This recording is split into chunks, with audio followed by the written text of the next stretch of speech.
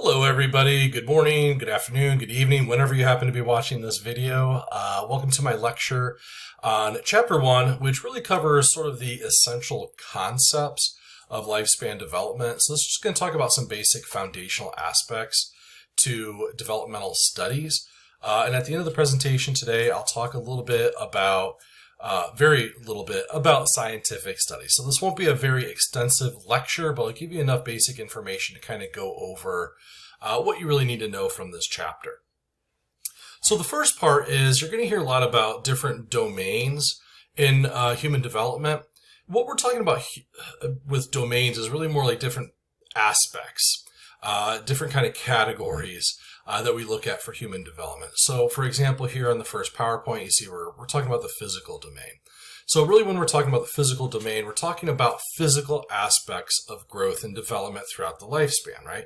How does somebody go from, growing from what you are at infancy and toddlerhood into childhood, into adolescence? Unfortunately, even as we get older and older in life, maybe even how that growth in height stops, and when we get really old, how it may even decline a little bit. Certainly we can say the same thing about weight, but also about physical abilities, things like fine and gross motor skills. Fine motor skills are like things that use smaller appendages, like things you do with your fingers and toes. Whereas gross motor skills involve larger muscle groups, like you being able to walk, you being able to just move your arms in kind of a general way. Brain development certainly happens incrementally, even before we're born. When we're still in the womb, there's massive amounts of things that are going on with our brains and how they develop. And of course, some of this development doesn't just happen continuously throughout our lifespans, right? Some of them kind of lay dormant and then come up during different periods of our life. And there's probably no better example of that than with puberty. And all the development that takes place with that leads to our ability to engage in reproduction, our sexual health. So when we're talking about the physical domain, this is really what we're talking about, is all of the biological aspects of basically who you are and how that changes over your lifespan. There, of course, are other domains, right? We also have things like the cognitive domain. Cognitive ability, like your ability to think, to reason, learning, memory, and certainly language skills.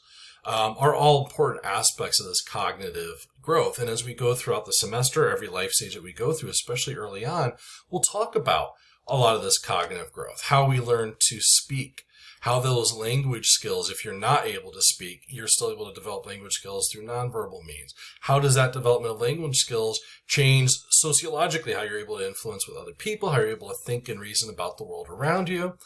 So really a lot of these cognitive skills are really kind of interconnected as well.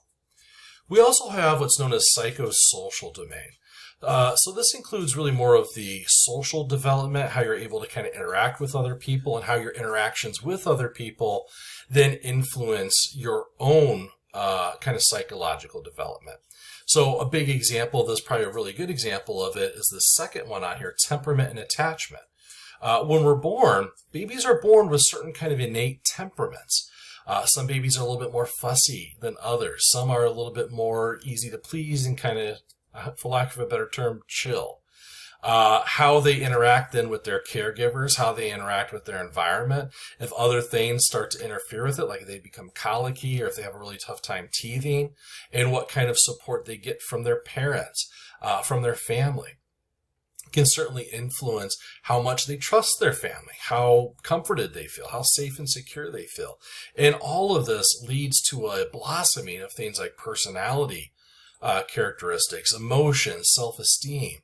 And the thing that's really interesting about the psychosocial domain, especially the social aspects, is that these really do take a very, very long time to really become entrenched. When we talk about things like personality, your personality is developing really all the way through to about your adolescence.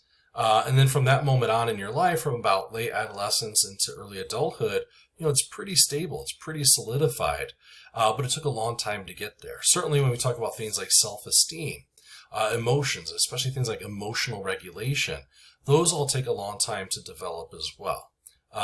That's kind of a good thing, because if you happen to be blessed with strong emotional stability, very beneficial aspects of your personality, and a strong self-esteem, that means It really takes massive events to change that. The unfortunate thing is if you're not blessed with really good experiences early in life, then that also means some of those more maladaptive aspects of your psychosocial development can be very difficult to change also. Now, going beyond the different domains of growth, and one thing I do want to make sure I'm clear about throughout this course, we will be talking about all of those. So my background is in psychology, but we will not just be talking about psychological development. We will be talking about sociological development, biological development, and really the interconnection between all of those. Because while there may be some people who focus on one element of that growth versus others, you really can't completely detach one from the other. They're all integrally linked. Now, as far as how that growth takes place, there's also a little bit of debate or controversy on this. That makes it sound like this is kind of like at odds, or like there's, a bit of aggression here, and it's not. It's just that people kind of view growth in different ways as far as how it actually happens. Probably one of the biggest distinctions here is whether or not growth, development, is continuous or discontinuous.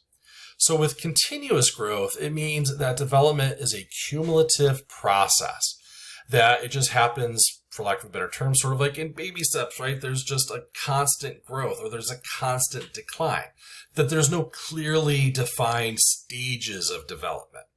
When we talk about discontinuous development, that's when we're talking about clearly defined stages. Now, keep in mind, we're talked about those different domains.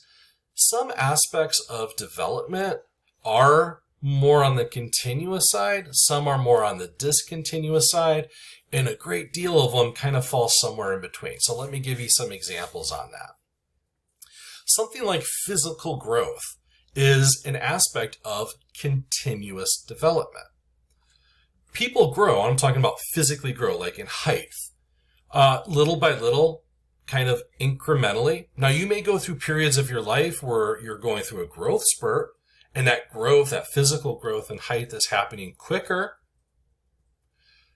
You are going to go through periods of life where that physical growth stops. You may even go through periods of life as we get older and older where that period of growth declines.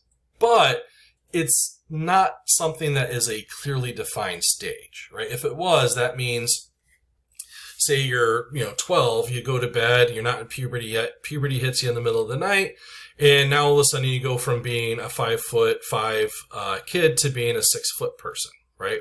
Because you just went through a growth stage, a growth spurt. Hugely painful. Just the thought of that makes me kind of like hurt a little bit in agony, right? Because that would be hugely painful if you shot up 5 inches overnight, right? It's spread out over a long period of time. It's a continuous aspect of growth.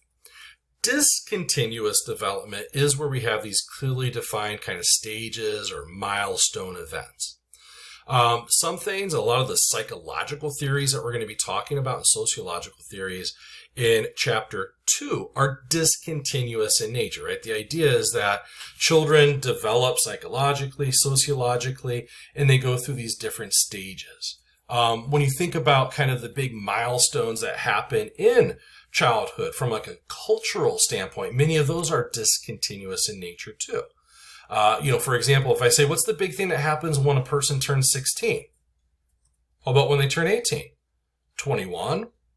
Well, those are clearly defined cultural milestones, at least in the United States, that, at 16, I can drive a car.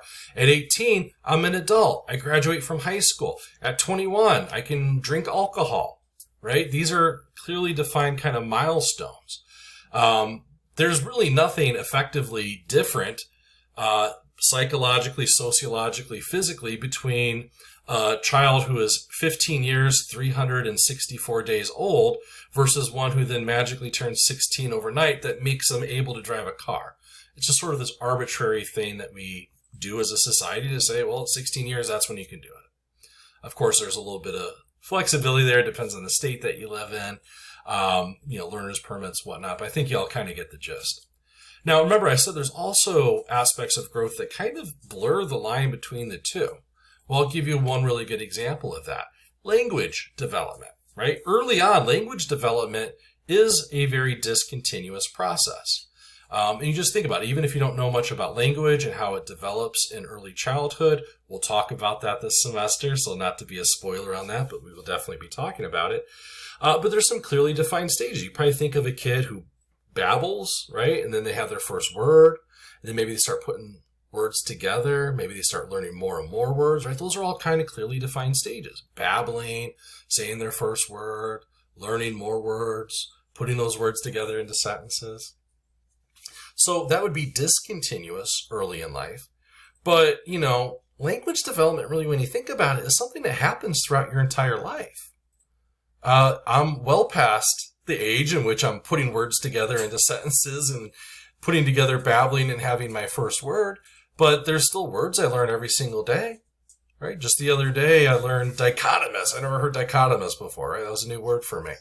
So kind of once we hit these big milestones in early childhood with language development, it kind of does become just a continuous process. The more we speak, the more we write, the more we use language, the more we kind of learn about it, the more words we learn. And certainly that process can be duplicated when we talk about something like people learning foreign languages. Another kind of thing to keep in mind and consider as far as how development occurs is through this idea of whether or not there's one course of development or if there's many. So those who hold on to the one course view believe that development is more or less essentially the same for everybody. That development is universal and that it usually happens through a series of stages. Not always, but usually. Generally speaking, people that really hold on to this one course view would be ones that are a little less flexible in how development occurs, and they adhere more to an idea of there being a quote-unquote normal development, right? That normal word is real loaded, right? You won't really hear it mentioned too much. I'll kind of touch on it a few times. Really there is no quote-unquote normality when we talk about psychology, we talk about biology. All of us are unique and are different, but when I'm using that term, especially referring to this one course belief, it's really that the vast majority of people kind of adhere to a certain schedule, sort of adhere to a certain developmental map, if you will. Those who hold on to the mini courses view believe that development follows a different course for each child, depending on the child's specific genetics, environment, and culture. So here's the thing, right? That is a lot more individualistic. But remember, this is developmental sciences. It's really difficult for us to say everybody's different and unique. Imagine you're a parent and you have a child who is 4 and isn't speaking yet, and you take that child to a psychologist, you take them to a pediatrician, and that practitioner says, I don't know, everybody's different. Maybe your kid's just unique and they'll speak at 5. Right? That doesn't really help us any, right? So the one course view actually helps quite a bit in establishing sort of a baseline, right? That these are normal milestones. If children aren't meeting these milestones, let's evaluate it and see if it's just the fact that the child is healthy, is fine, and is going to be achieving those milestones, or is there something we need to look into further? Is there something that's preventing that child from achieving these milestones? So again, don't think of this as like an either or thing. There's a lot of blurring of the line between the two. It doesn't really make it very easy for y'all when you're learning these concepts, but that is, to be frank, just the way life is. So another key component here of our understanding of the basic essential concepts of development and how it occurs is something that I'm sure many of you are very familiar with, and that's the nature versus nurture argument or debate, disagreement. I think I've heard all sorts of different ways of referring to this. Now, you've probably taken Gen Psych if you're taking a class in developmental studies, so this is something that I'm sure was mentioned in it. It's the idea of what makes you who you are. Right? Are you just the byproduct of your genes, of genetics, of biology? Or are you the byproduct of the environment that you live in? Right? So if you believe more in I'm just the byproduct of my genes, my genetics, my biology, then that's more of the nature side. The nurture side is more of the experiences you have in life. This is another great example, though, folks, that, nothing is ever 100% one or the other. there's always a mixture of the two. There may be some things that are more on the nature side than on the nurture, or vice versa, but almost nothing is 100%. For example, if I'm a child, and God forbid I have, say, an early form of cancer like childhood leukemia, that's something that's probably very strongly genetically linked. Either it was something in my genes, or there was some kind of environmental exposure that led me to having that form of cancer, right? So you could say, well, that's 100% nature then, right? Well, not necessarily, because remember, it's not just cause and effect, but also how it's influencing that person. So say you're this young kid, you're going to see the doctor, you're in the hospital, you're dealing with some pretty heavy issues that kids shouldn't have to deal with. Is that going to possibly affect your self-esteem? Is that going to possibly affect your ability to make friends and your social development? Is that going to affect, a whole host of different things in your life? Yeah, and those are all nurture influence. So just kind of something to keep in the back of your minds here, right? It's good to kind of debate between these two, but virtually nobody, especially now, would ever say anything's 100% nature or nurture. Now, one thing that, and this is going to be another area that it's just going to sound a little wishy-washy, folks, my apologies here, life stages, right? So when we talk about the life stages, and this class is set up in life stages, right? It's kind of a natural progression here, folks, right? We're going to start with birth, we're going to end with death. And most people would probably think, well, these life stages are pretty set in stone, right? Yeah, they are. They are and they're not, right? So that's the wishy-washy answer you probably don't really want. You see here a list of different kind of widely accepted life stages. So things like prenatal development, infancy and toddlerhood, early childhood, middle childhood, adolescence, early adulthood, middle adulthood, and late adulthood. You also see the ages attached to them. Now, the ages, believe it or not, are somewhat flexible. You read 3 different textbooks, you may see 3 different references as far as the start and the end for these life stages. The life stages themselves are pretty widely accepted. It's the ages that are attached to it that are not. Some of them are a little bit more solidified than others. For example, prenatal development, right? We kind of know what's going on there. We know that it definitively ends because when a child is born, it's no longer the prenatal period. So that's a pretty easy one. It's not on this graph, but death, for the most part, is pretty easily determined, right? We kind of generally know pretty darn well when a person dies. Although, spoiler on this, it isn't always very clear-cut, but for the most part, it is, right? We know when somebody's dead. But a lot of these other things, it's kind of arbitrary. It's kind of subjective. Certainly, each of these life stages can be defined by certain physical domain milestones, by certainly cognitive domain milestones, but definitely psychosocial ones. For example, adolescence, right? Ages 12 to 18.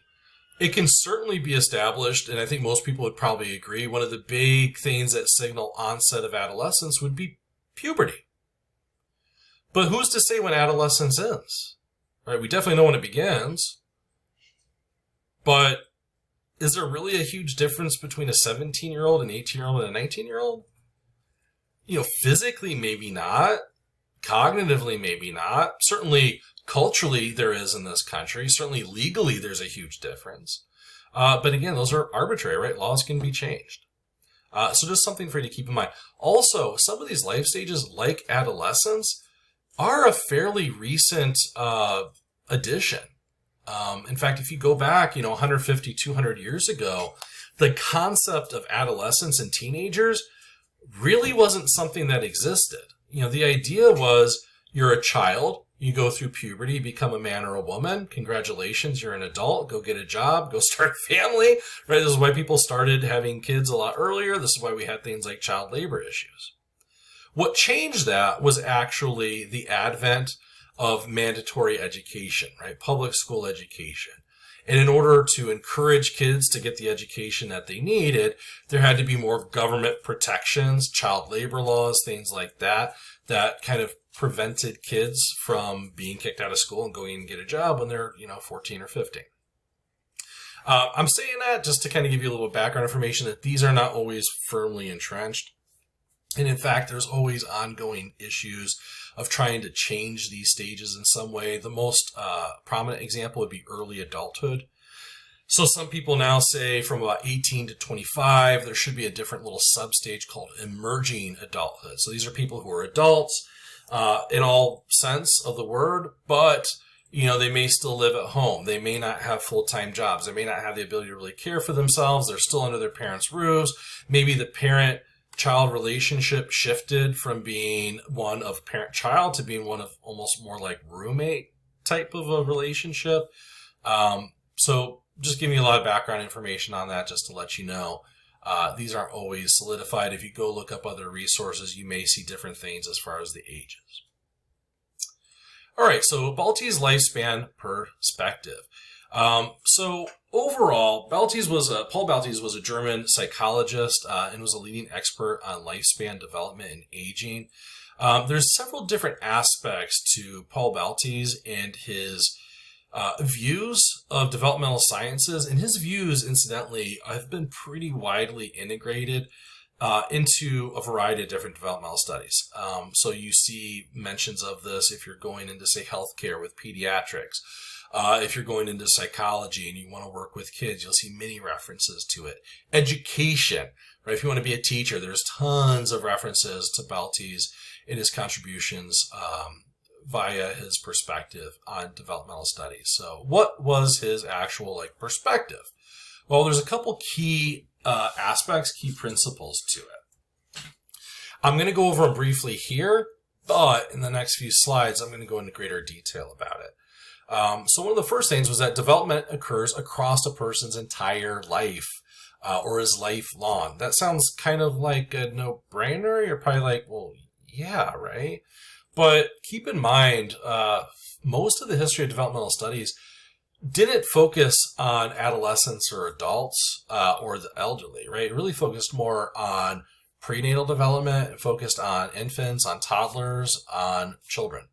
And there's a good reason for that, right? The idea is if you help people at that age, you have the benefit of helping them throughout their life. But also, those stages are just the most dynamic, right? That's when the most change is taking place. But it's important to know, development doesn't stop when you turn 18. Growth doesn't stop when you turn 18. It is lifelong. From birth until death, we live dynamic lives of constant change. Second part on here, development is multi-dimensional. There's many different aspects to it. You kind of already heard that a little bit when I talked about the different domains of development and growth. But it is definitely multi-dimensional. Development is also multi-directional, right? It isn't just growth, it isn't just gains, but also sometimes losses, sometimes declines. So we have to look at that, right? We just can't look at the good, we got to look at the bad. Development is plastic. That is a very important term that you need to know. Again, I'll go into this in greater detail as I go through the next few slides. But plastic or plasticity is a very important concept for you to know. The meaning is that characteristics are malleable and changeable.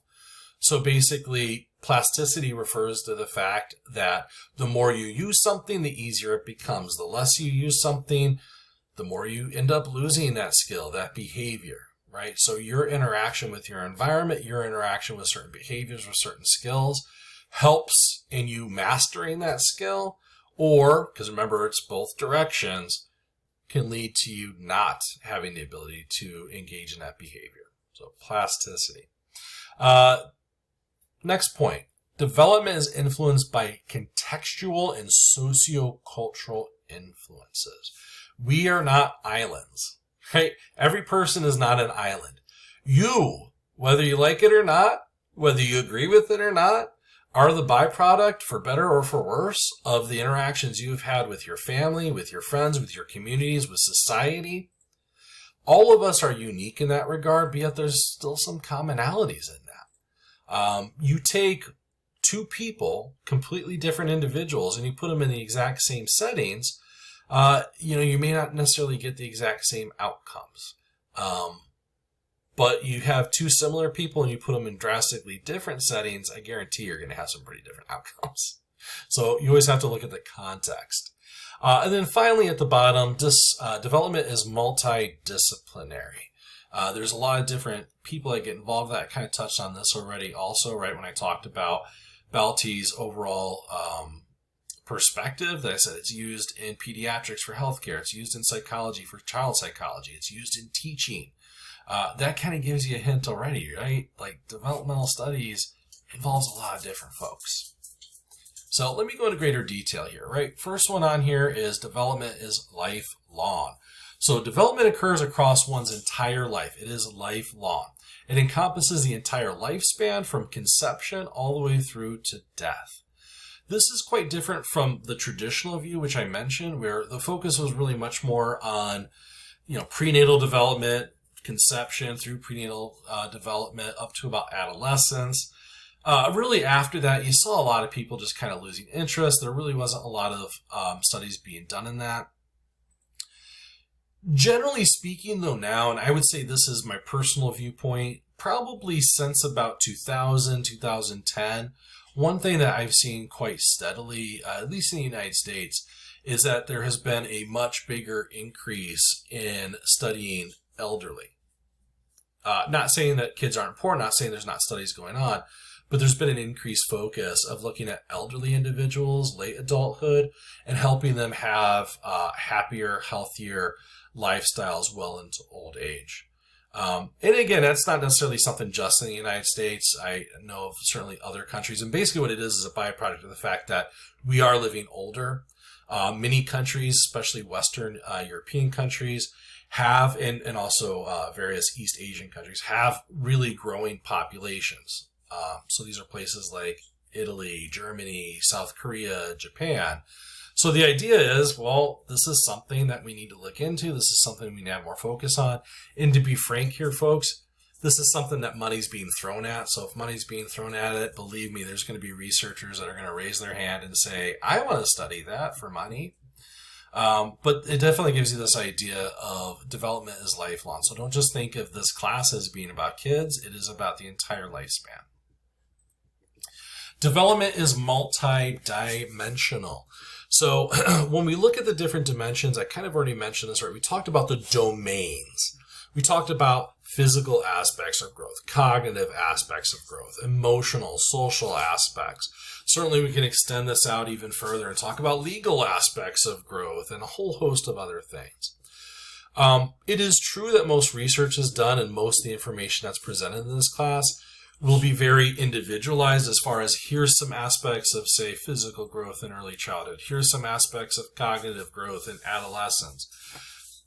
While we look at these things individually, please constantly kind of have in the back of your mind that, again, those things don't happen in isolation, right? They're all kind of integrally linked.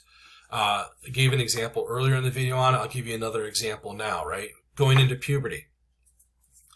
That is a biological process, folks, right? That is something that can be influenced by outside factors. We'll talk about that when we go into adolescence, but it is primarily a biological factor. Do you feel, though, when you went through puberty, if you think back, for me, it may have been a lot farther than it is for a lot of you listening, but did that kind of change your social situation?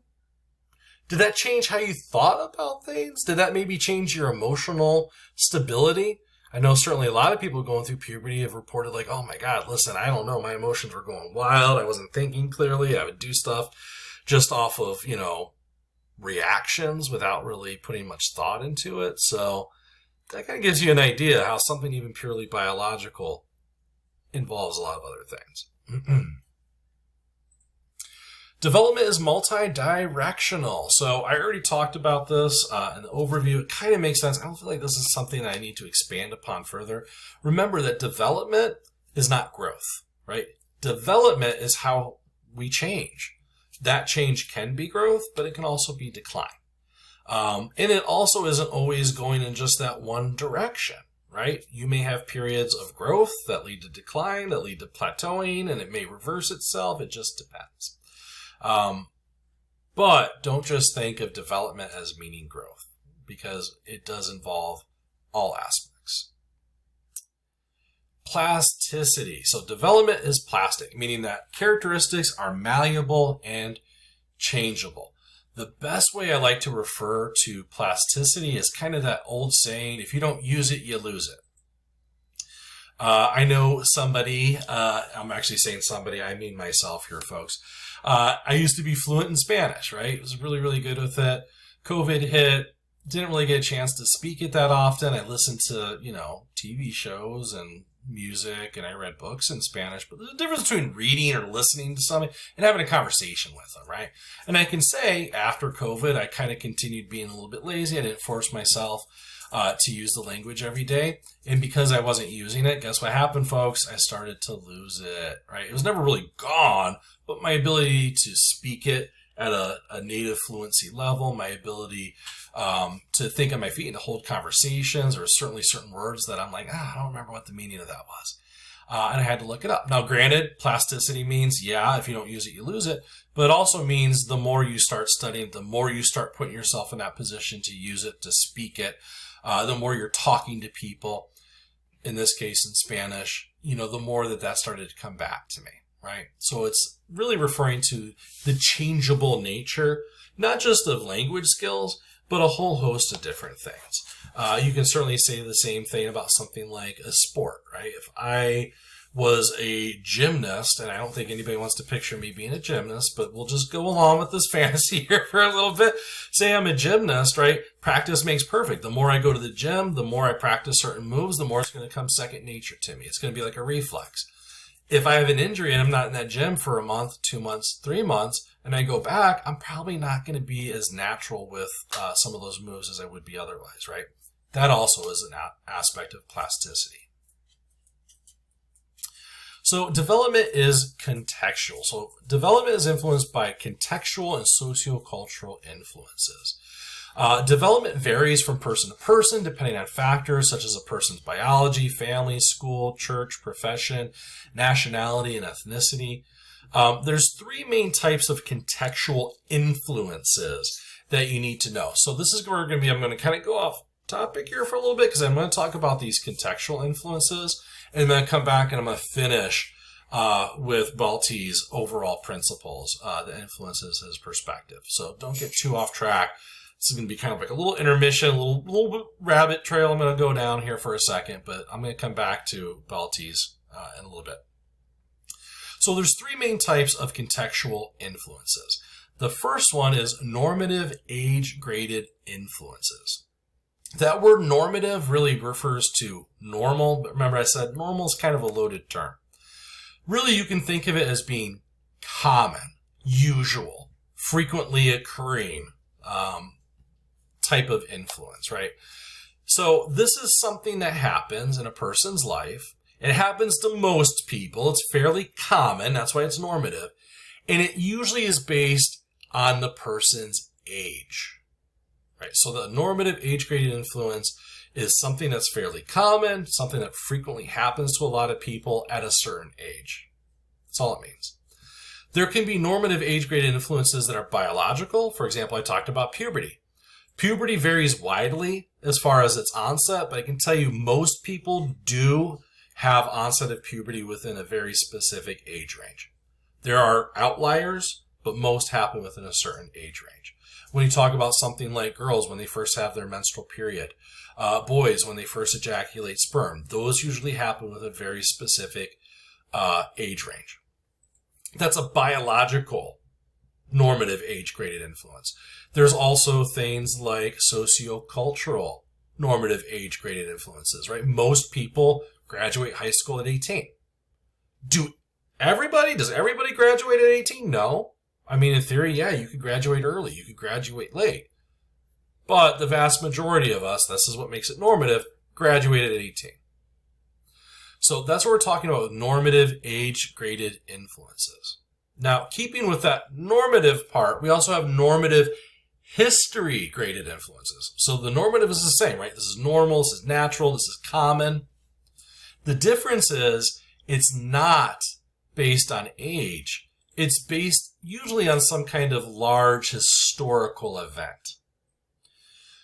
You see a list here of different types of historical events, right? So like the Great Depression, World War II, the Vietnam War, the Cold War.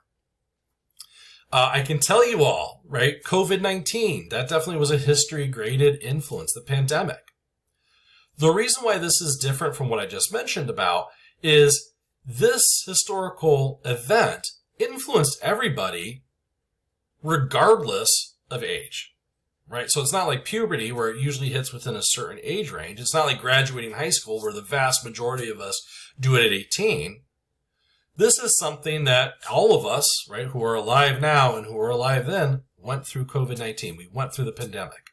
It doesn't matter if you were 8, 10, 15, 80, 40, you name it. We all went through it. It all, it affected us all in some way.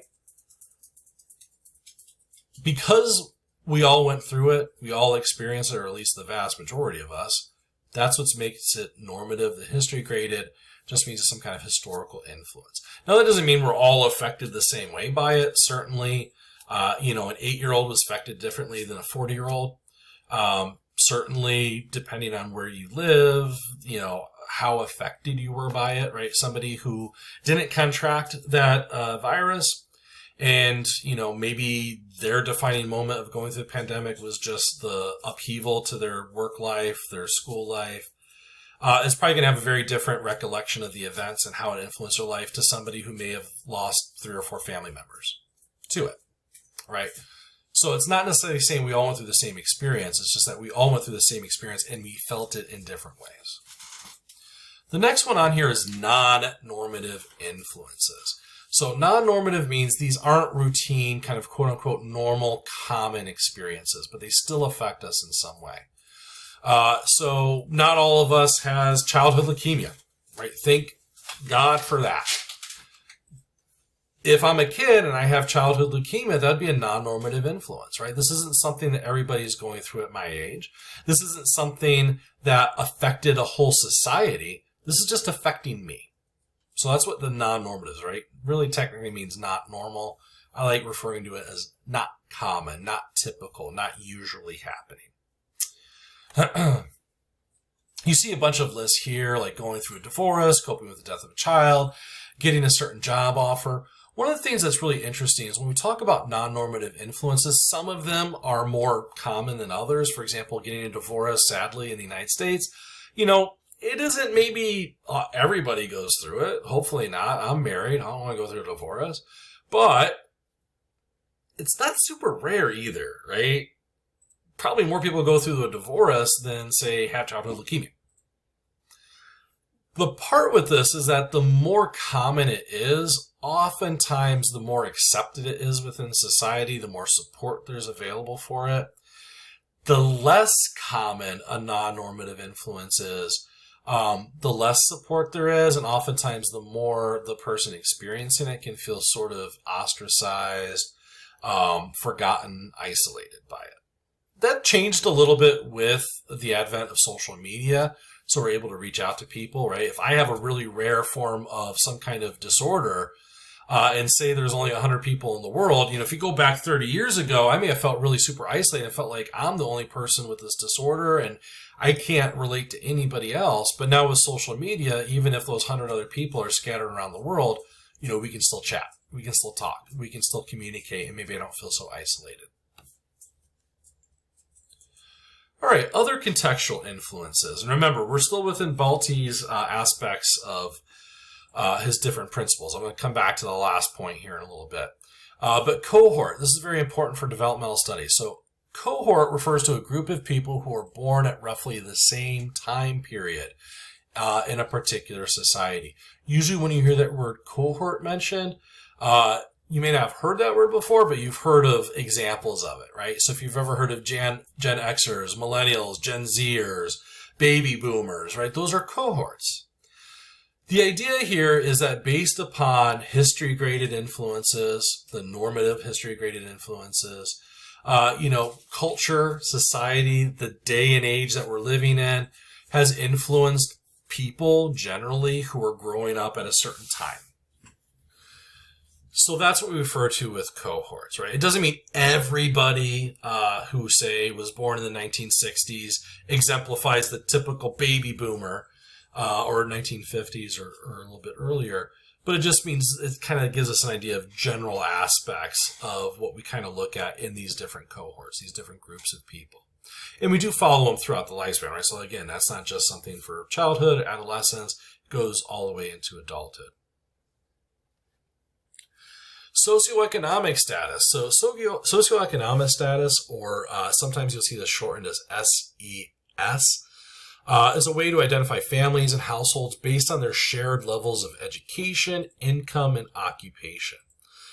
Generally speaking, you can look at socioeconomic status as being poverty. Usually it's kind of viewed as being one and the same as poverty, but it isn't always the same thing. So what I mean by that is sometimes when we look at socioeconomic status, they just focus on the economic and they forget the socio.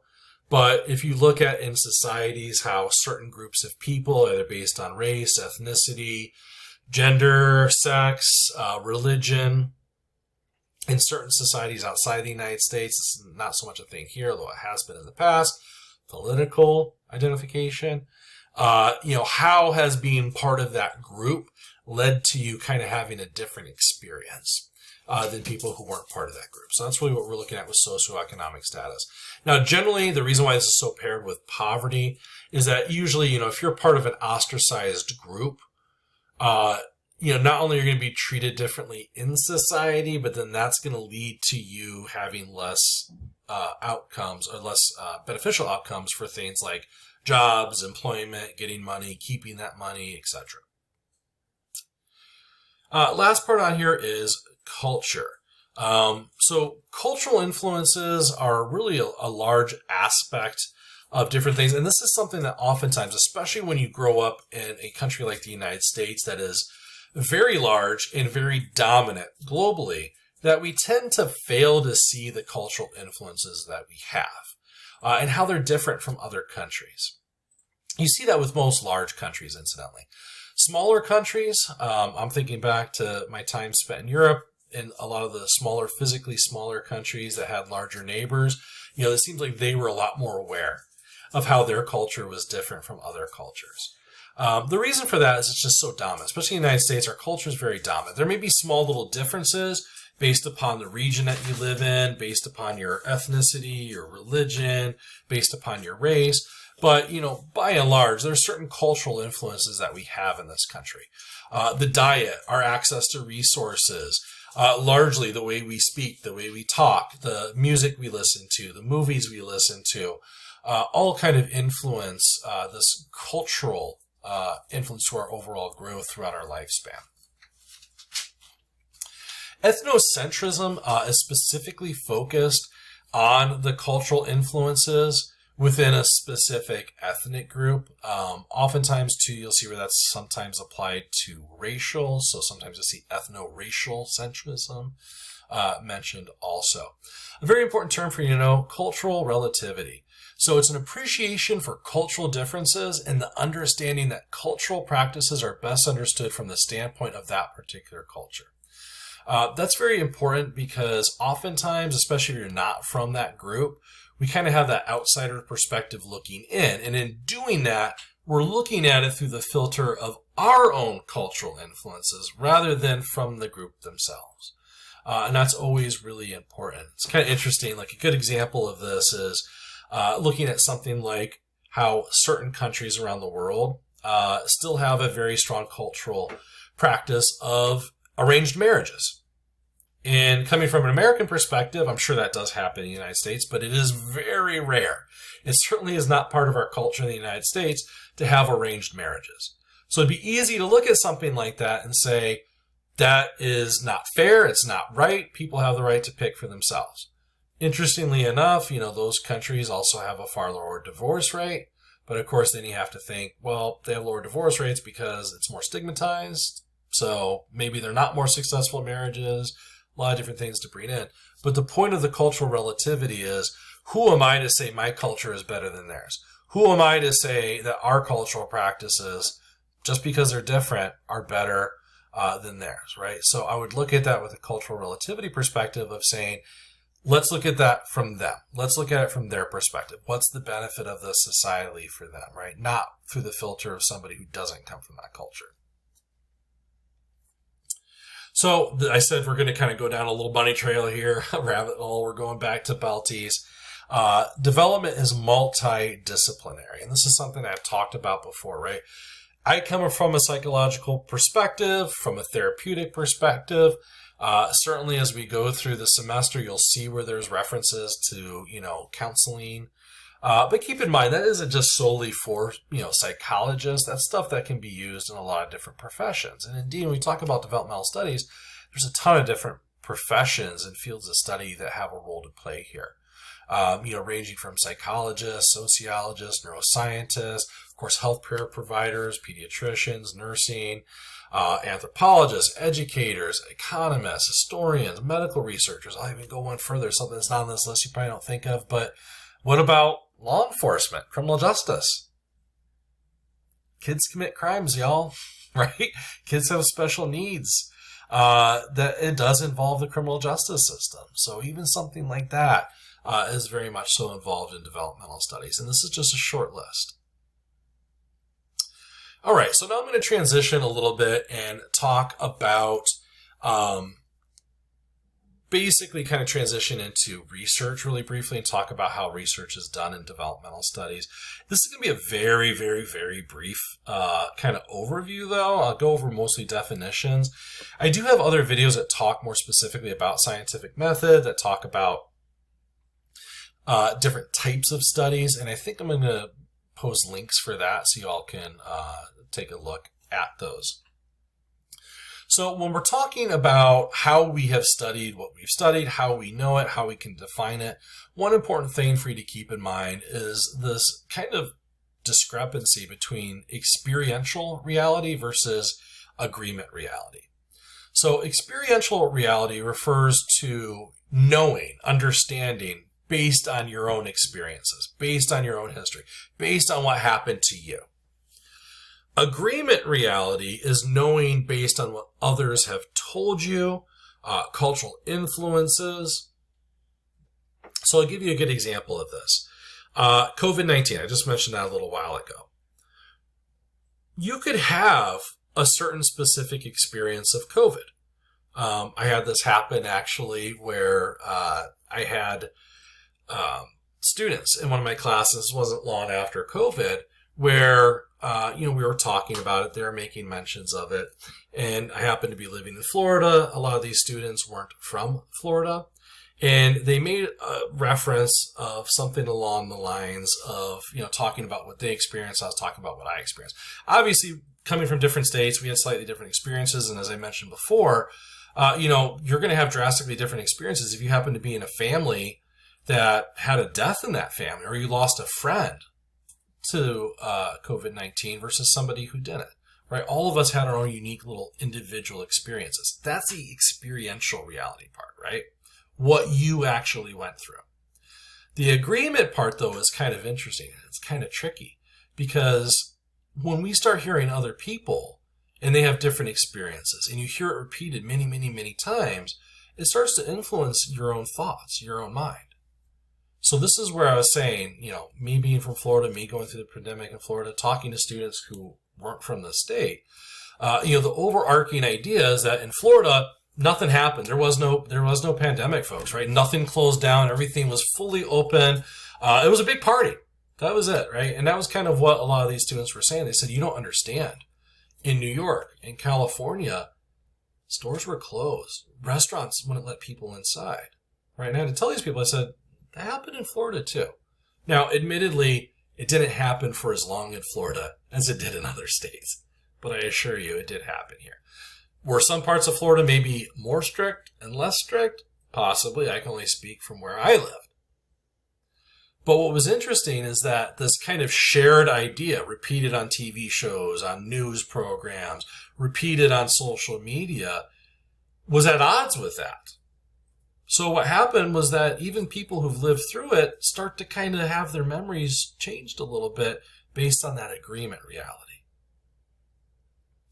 Now, Another way of saying this, and this kind of opens the door for it, is that sometimes those cultural influences, right, that agreement reality can kind of end up changing our minds a little bit, changing our perspectives, influencing our perspectives and our beliefs, even if it is drastically different from what we actually know.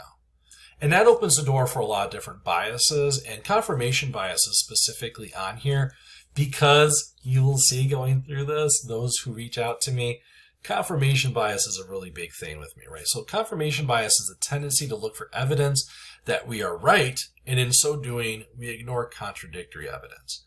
Basically, confirmation bias is you making an assumption and then only looking for information that supports that the assumption you made was correct. You see stuff that says, nah, bro, I think you're incorrect here. You ignore it. You challenge it. You say it's fake. You say it's false, and you discount it.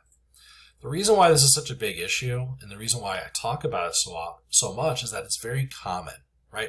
Everybody has an element of confirmation bias. Nobody wants to be told, you're wrong, right? That hurts. I'm like, oh, God, I don't like being wrong. I like being right. The problem is, by you just looking for somebody to tell you you're right, by just looking at information that says good job, you're not finding the truth. You're not finding facts. And that's a big problem.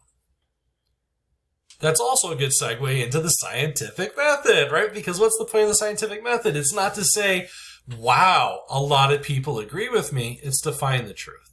And sometimes that truth may put you at odds with what a lot of people want you to believe. It may be at odds with what society wants to assume to be true.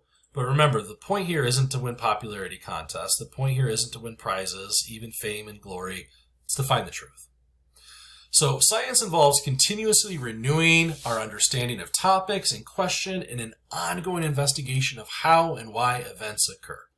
Science is falsifiable. Falsifiable means it has the ability to be proven wrong. If I say that my dog Monty is the greatest dog on the face of this earth, he's amazing, he's awesome, he's the best dog, that's not a falsifiable statement. It's subjective. It's my opinion. You could say, I don't know, buddy. I think my dog is the best dog on the face of the earth. Somebody else could say, you're both wrong because you're talking about dogs. Dogs are horrible. Cats are the best. We're just talking about opinions. I mean, that's great. We can talk about opinions all day. We can have arguments about opinions. But remember, we're trying to find the truth. So in order to do that, we have to first start by coming up with something that's falsifiable, something that's able to be proven to be true, right? You can't prove that I don't think my dog isn't the best dog in the world. But I can prove if vaccines cause autism. I can prove if certain environmental influences in childhood can stunt your growth, your physical growth, right? Those are things that can be studied, that can be proven or disproven. Third part on here, scientific inquiry involves attempts to reject or refute a theory or a set of assumptions. Establishing a theory is always one of the first parts of any type of scientific study, right? You have to come up with what you're actually studying, a focus on it. A theory that cannot be falsified is not scientific, right? So I can't do a study looking at how much I love my dog, right? That's not something that's falsifiable. This is also one of the reasons, this may be a little controversial for me to say, but this is one of the reasons why there's a difference between religion and science, right? Some people argue that there really isn't a difference. Some people can argue that things can be proven, but you know, faith and belief is different from the science part of it. And that doesn't take away from your faith. It doesn't take away from your belief. But we have to look at what we can identify, what we can see, what can be proven, what can be put into numbers, what can be statistically analyzed. So the scientific method, sampling. Science offers a more systematic way to make comparisons and guard against bias.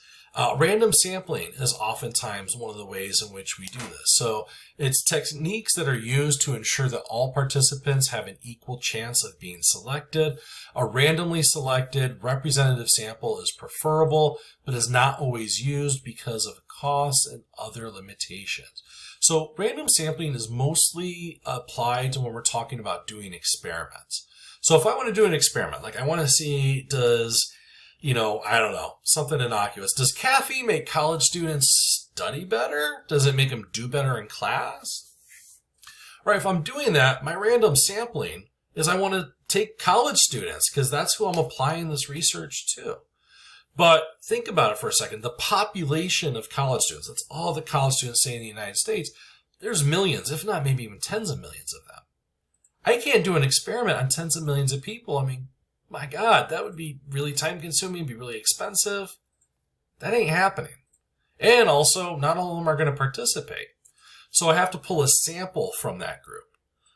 Using random sampling, I'm able to kind of draw and hopefully get in that sample a group of people that I can study, that I can look at, that I can research, that still represent that larger population. Right? And that's what we're talking about with random sampling. Now, when we talk about scientific method, we really kind of broadly categorize them into quantitative methods and qualitative methods. Quantitative methods usually involve numbers, digits, facts, data.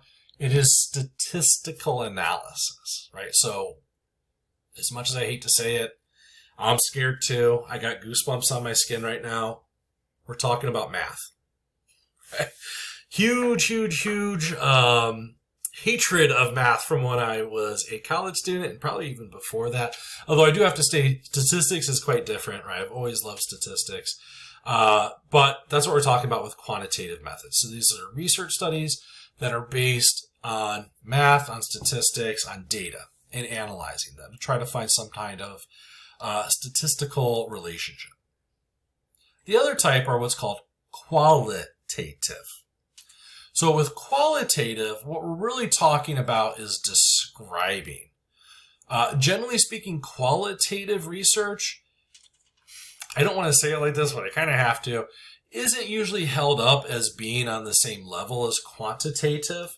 But sometimes it just is what it is, and you do kind of have to use more qualitative findings.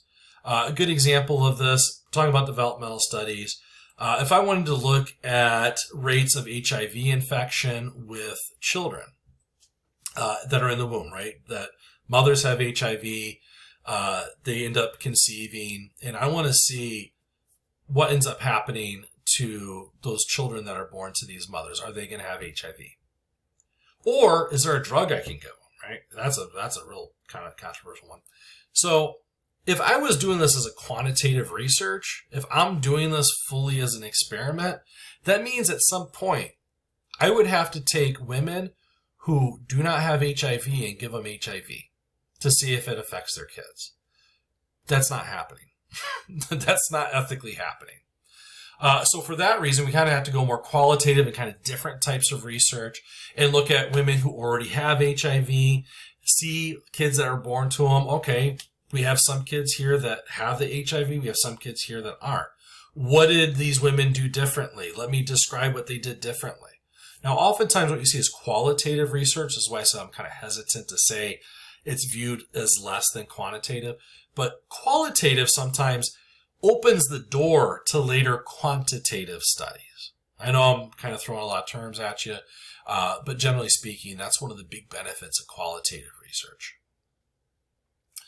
Now, going more specific than that, we do have a bunch of different specific types. So the quantitative, qualitative are sort of categories.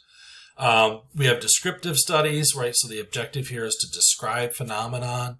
So these are things like case studies. Like say if I have somebody as a therapist and they experience something really kind of unique and individual and odd, maybe I'm going to do a paper on that. I'm going to do a case study. It's going to be really detailed, kind of biographical information about this person, what happened to them, their effects. Descriptive studies do not show cause and effect. The idea here is just to describe. Correlational studies.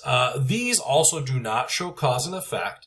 They are meant to see if there's some sort of statistical relationship. So these do look at data. They're a little bit more on the quantitative side. But what they're trying to do is see if there's a statistical relationship between two or more variables. And a variable is literally just something that you can put a number to. So if I want to see if, going back to the example I used earlier, caffeine, if that's going to help college students do better in class.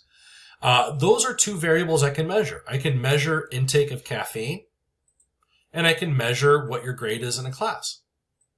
I could do a correlational research on that. But here's the thing, right? I'm not showing cause and effect there. Even if I say, and I'm able to do a graph and I'm able to do a statistical analysis, and I see, wow, actually, students who drink more caffeine do perform better. I can't say caffeine causes good grades, because what if, a student just took the class before or happens to really like the class? What if it's a super easy class? There's all these different variables that can come into play that influence those results. This is one of the reasons, very famous, those of you who may have taken Gen Psych, I'm sure you've heard this before, or Intro to Psych. Correlation is not causation, because there's always what's called confounding variables that can influence that, outside things that aren't being directly studied. This is why experimental research are really the gold standard of the scientific method and research in general. In experimental research, you can show cause and effect because you can limit the influence of confounding variables, especially when we're talking about a controlled experiment. A little bit more on observational studies. So one thing that I did want to point out, and you see here strengths, weaknesses, right? So observational studies, one of the strengths is the researcher can see how people behave rather than rely on self-report. That's specifically for observational studies, right? So this is where you're observing people in their natural setting. This is a type of descriptive study.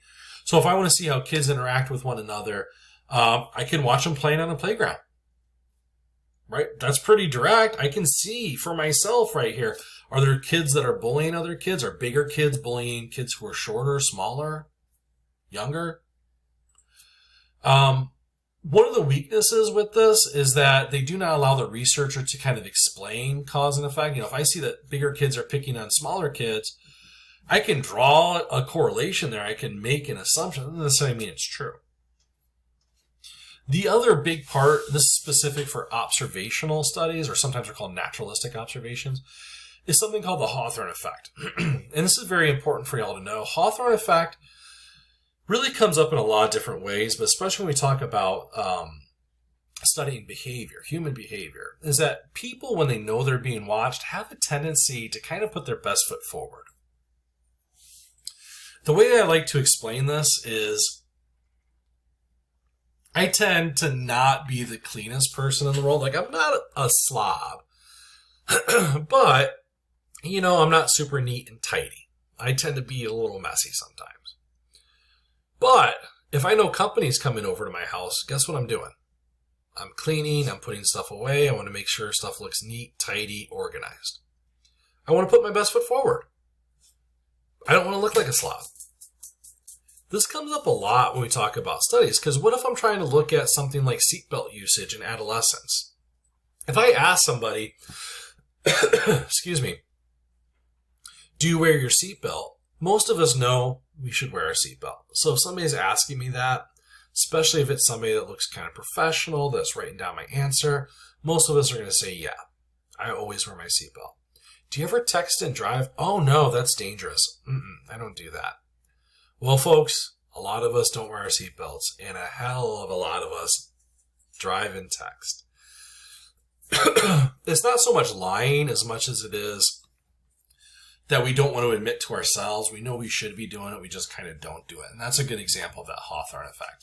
The problem with this is if I'm actually just trying to find out the truth and find out, what the connections are, and I'm not getting truthful responses, that means that I'm not really getting good data to draw connections, to draw those conclusions. Case studies, I already kind of talked about that a little bit, right? They explore a single case or a situation in great detail.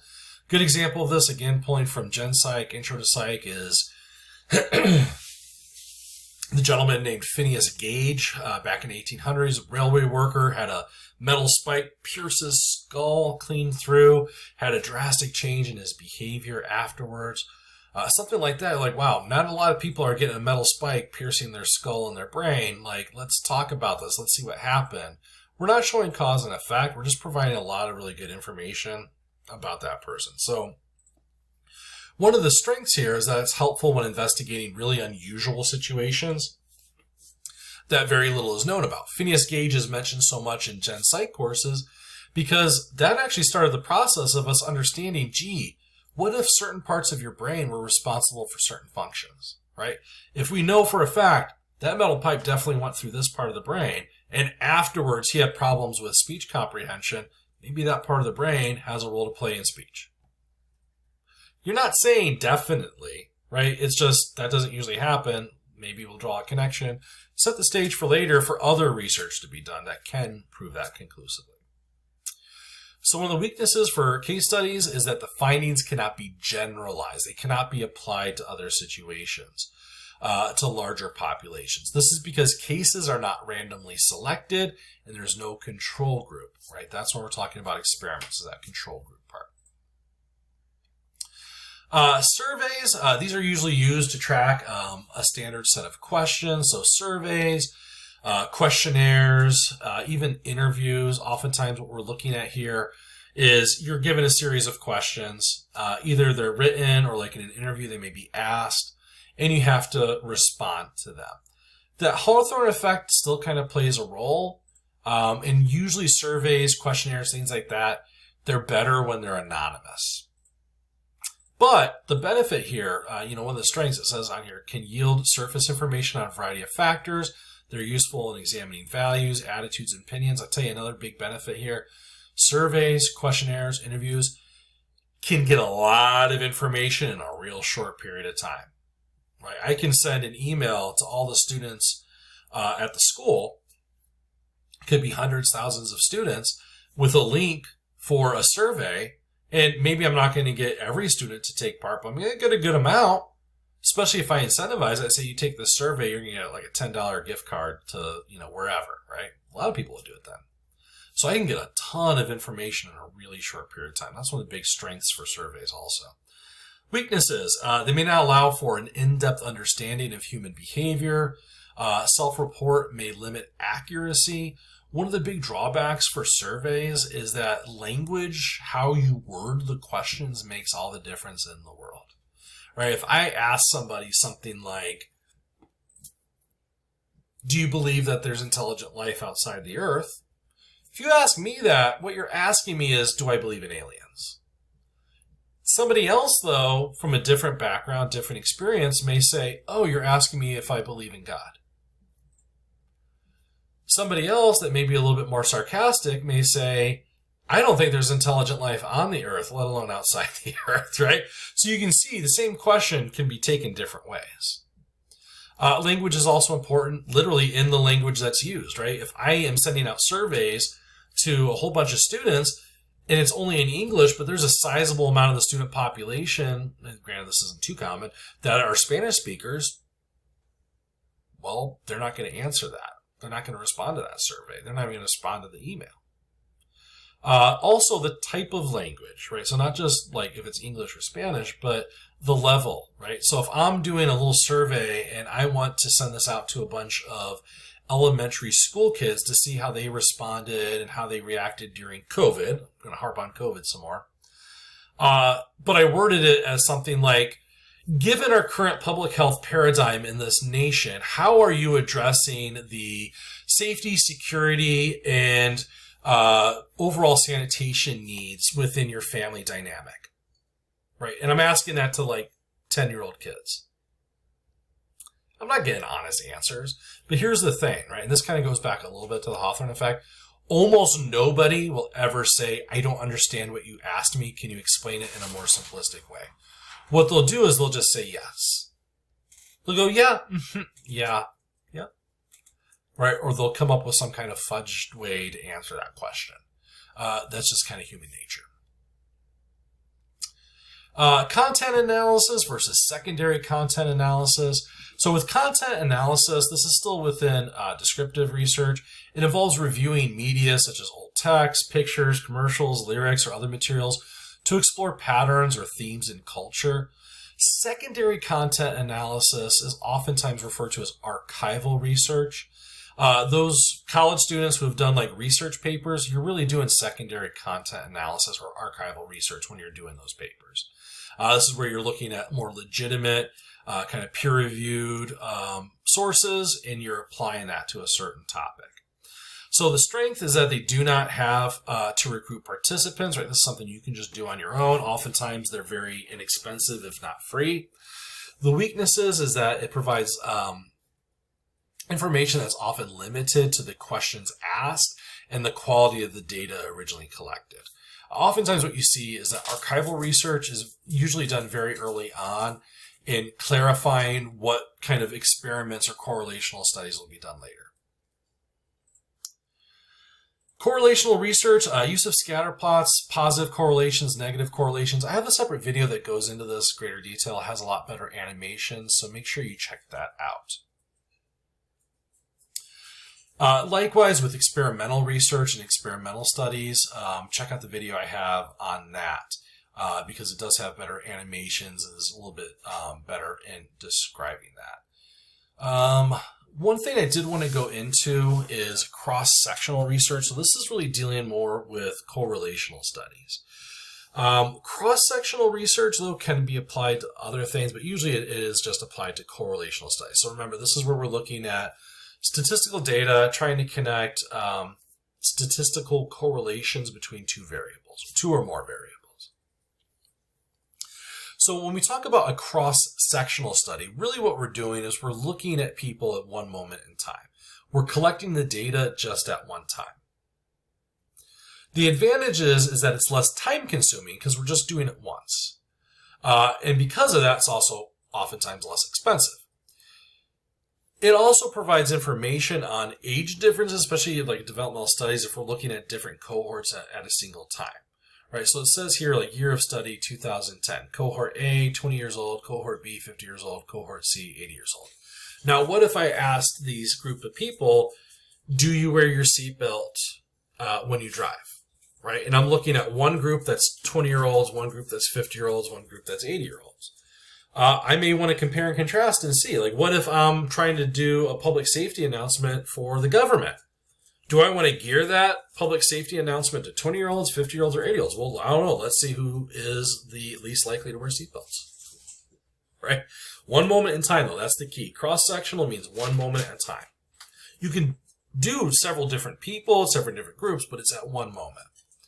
The disadvantages here, it's limited to one time of measurement. It cannot examine change over time, growth, which is important when we're talking about developmental studies. Cohort differences are confounded with age differences.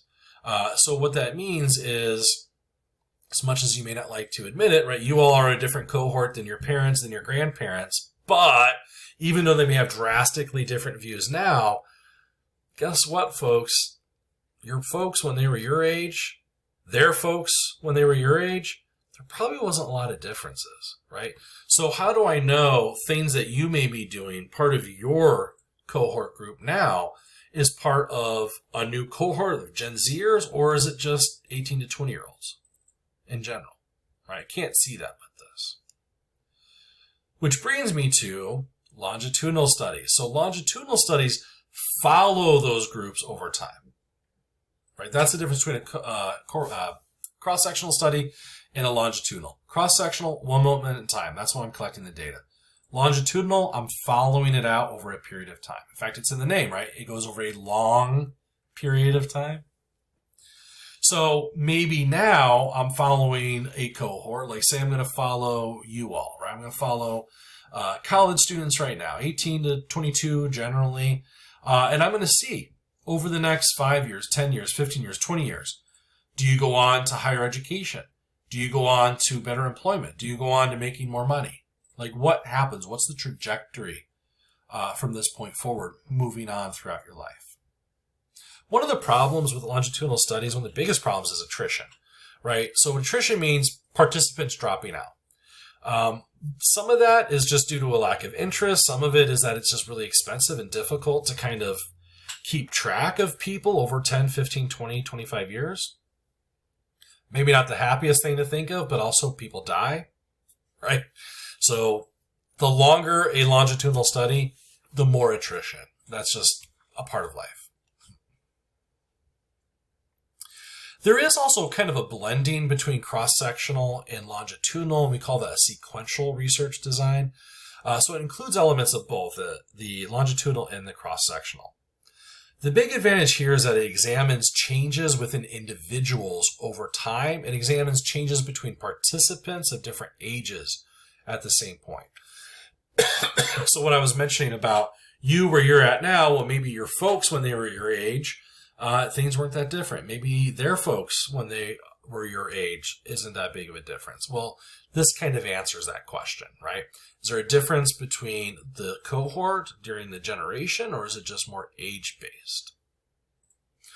A good way where this is coming up is looking at some longitudinal studies, and there have been some, looking at things like changes in attention, memory, based upon the information age, with people having more access to things like social media. Now, attention and focus and memory is something that you probably will see, you would naturally assume to be lower in adolescence, probably getting a little better in 20s and 30s, probably at its peak in about maybe 30s or 40s, and then may have a period of decline as we go into older age. That may be a natural process, but does social media, does the internet, does that change it now, right? So a sequential research design would answer that question. The disadvantage is that they may be really expensive and take a long time, right? So now we're including some of those kind of unfortunate parts about attrition with a longitudinal study. They are very difficult. There are or have been some really long-standing sequential research designs, and I mean long-standing, like some of these studies have gone on for 40, 50 plus years, and they are very expensive. Challenges to conducting developmental research. I already kind of talked about some of them, right? What if I'm looking at something like prenatal development with mothers who have HIV? I can't really do an experiment on that, right? There's limitations on what I can and can't do.